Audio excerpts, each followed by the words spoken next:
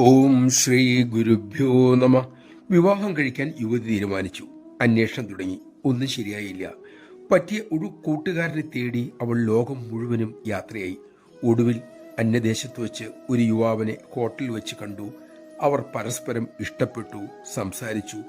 എന്തുകൊണ്ടും തനിക്ക് പരിപൂർണമായും യോജിച്ചവനാണ് ആ യുവാവ് എന്നവൾക്ക് ഉറപ്പായി.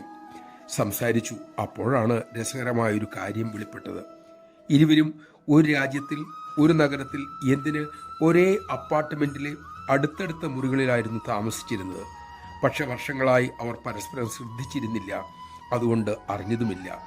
ഇക്കഥ പറഞ്ഞിട്ട് അമ്മ അരുളി, മക്കളെ, ഈശ്വരൻ എല്ലായിടത്തുണ്ട്.